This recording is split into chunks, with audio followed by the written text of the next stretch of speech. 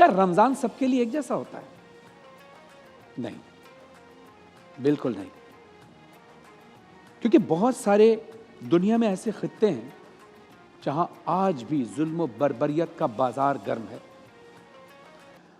جس میں ہم سر فہرست اگر بات کریں تو فلسطین کی کریں گے. ہم فلسطین کو بھولے نہیں. ہم کیسے بھول سکتے ہیں ان معصوم بچوں کو، ان بلکتی ہوئی ماؤں کو، ان بہنوں کو، ان جوانوں کو، ان بوڑھے ماں باپ کو، کہ آج ہم یہاں پر ہمارے کانوں میں اذان کی آواز رس گھول رہی ہے، مگر فلسطین میں صرف اذان کی آواز ہی نہیں ہے، اس کے ساتھ ساتھ کہیں بم کی آوازیں ہیں، کہیں گولیوں کی آوازیں ہیں. دیکھتے ہی دیکھتے سارا شہر، بستیاں، آشیانے ویران ہو گئے. ناظرین، جو بچے شہید ہوئے نا، یہ بچے نہیں تھے، یہ بہت سارے ماں باپ کے خواب تھے جو چکنا چور ہو گئے. کسی نے سوچا ہوگا میرا بچہ بڑا ہوگا میں اس کو ڈاکٹر بناؤں گا، میرا بیٹا بڑا ہوگا میں انجینئر بناؤں گا، میرا بیٹا بڑا ہوگا وہ ٹیچر بنے گا. باپ محنت مزدوری کر کے، ماں محنت مزدوری کر کے بچوں کو جوان کرتی ہے، اور اچانک ایک گولی آتی ہے یا میزائل آتا ہے یا کوئی بم کا گولا آتا ہے اور سب کچھ برباد کر دیتا ہے. ہم بھولے نہیں ہیں ان بچوں کو آج بھی کہ جن کے لاشیں ماؤں نے گودوں میں اٹھا کر کہا تھا کہ تو ایسا پھول ہے جو ابھی کھلا ہی نہیں اور مرجھا گیا. وہ ماں جو اپنے جوان کی لاش پر رو رو کر کہتی ہے تیری تو ابھی شادی کے دن تھے، تیرا تو میں نے سہرا دیکھنا تھا. ایک گولی اور سب کچھ برباد. ذرا سوچئے ان بہنوں کی سسکیوں کے بارے میں جو بھائی کے لاشے سے لپٹ لپٹ کر یہ کہتی تھی بھائی ہماری چادر کا ضامن تو تھا، اب تیرے بعد ہماری چادروں کا حفاظت کرنے والا کون ہے؟ کوئی نہیں.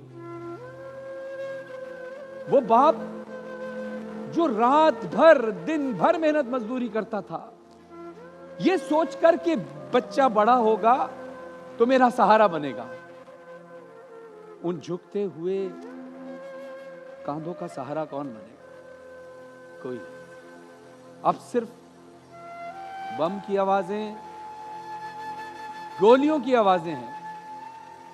یہ فوٹیج میں آپ دیکھ رہے ہیں، یہ شہر ایسا نہیں تھا جیسا اب نظر آ رہا ہے. یہاں کسی بچی کی گڑیاں رکھنے کی جگہ تھی، کہیں بچوں کے کھلونے تھے، کہیں ماں باپ نے اپنے بچوں کے لیے کمرہ سجایا ہوا تھا. چھپ چھپ کر روتی ہوگی وہ ماں جس نے اپنے بچے کا کمرہ کھلونوں سے سجایا تھا، مگر اس کو کھلونے نہیں ملے، گولیاں ملی. میں پوچھتا ہوں قصور ہے کیا ان بچوں کا؟ ہمیں نہیں پتا دنیا کے معاملات کیا ہیں، سیاسی معاملات کیا ہیں اور کیا نہیں ہیں. ان معصوم بچوں کا، ان بے گناہوں کا قصور کیا ہے؟ صرف یہ کہ یہ مسلمان ہیں، صرف یہ کہ نبی کا کلمہ پڑھتے ہیں، یہ قصور ہے ان کا؟ ارے سزا دینی ہے تو ان کو دی جائے جو قصوروار ہیں، یا ان کو عدالت میں لایا جائے، عالمی عدالت میں لایا جائے.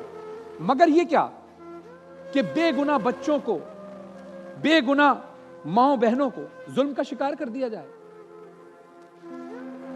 آخر یہ کب تک ہوگا؟ یہ میں سوچتا ہوں کب تک ہوگا. کئی دہائیوں سے فلسطین میں جھڑپ چل رہی ہے، کئی دہائیوں سے، آج کی بات نہیں، کئی دہائیوں سے.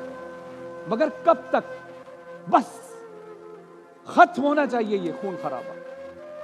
ہر انسان کو زندہ رہنے کا حق ہے. اس بچے کو زندہ رہنے کا حق ہے جو ابھی پیدا ہوا تھا. اس بچے کو زندہ رہنے کا حق ہے جو اسکول جاتا تھا. اس جوان کو زندہ رہنے کا حق ہے جو اپنے ماں باپ کا سہارا بن رہا تھا. ان بہنوں کو اپنی عزت کی حفاظت کرنے کا حق ہے جن کی چادریں چھین لی گئیں. کسی بھی انسان کو، چاہے وہ مسلمان ہو یا مسلمان نہ ہو، انسان تو ہے نا. ہمارے اسلام میں یہی پیغام ہے. اور قرآن میں اللہ ارشاد فرماتا ہے اگر کسی نے ایک انسان کا قتل کیا تو اس نے پوری انسانیت کا قتل کیا۔ ہم دعا کرتے ہیں کہ اللہ ہم سب کو یہ توفیق عطا فرمائے کہ ہم ایسے مظلوموں کے لیے آواز بھی بلند کر سکیں اور اپنا کچھ کردار ادا کر سکیں۔ اللہ سے دعا ہے کہ فلسطین سمیت دنیا میں جہاں جہاں بھی جس کے ساتھ بھی ظلم ہو رہا ہے، اللہ سب کی حفاظت فرمائے، چاہے وہ مسلمان ہو یا مسلمان نہ ہو، انسان ہے، بے گناہ کے ساتھ کوئی ظلم نہ ہو۔ میری اس وقت کیفیت وہ نہیں کہ ہم، بہرحال یہ واقعہ سانیہ ہے ہی ایسا کہ انسان کی روح کانپ جاتی ہے۔ کبھی سوچیں ہمارے بچوں کو اتنی سی تکلیف ہو جائے نا تو تڑپ کے رہ جاتے ہیں ہم لوگ، تڑپ کے۔ وہاں ایک بارود کا گولہ آتا ہے، انسان کے جسم کے چیتھڑے اڑا کے رکھ دیتا ہے۔ کسی باپ میں طاقت نہیں ہے اتنی کہ وہ جوان بیٹے کی لاش اٹھائے، مگر فلسطین کی طرف نظر کیجئے، بیٹے کی لاش رکھی ہے، باپ سامنے بیٹھا ہے، جوان بیٹے کی لاش ہے، ماں تڑپ کر رو رہی ہے۔ ہم سب کو یہ کرنا ضرور ہے کہ کوئی عمل کریں یا نہ کریں، دعا تو ضرور کریں، اور اللہ تب تک یہ ذہن میں رکھے گا، اللہ تب تک آپ کا ساتھ نہیں دیتا جب تک آپ کچھ قدم آگے خود نہ بڑھائیں۔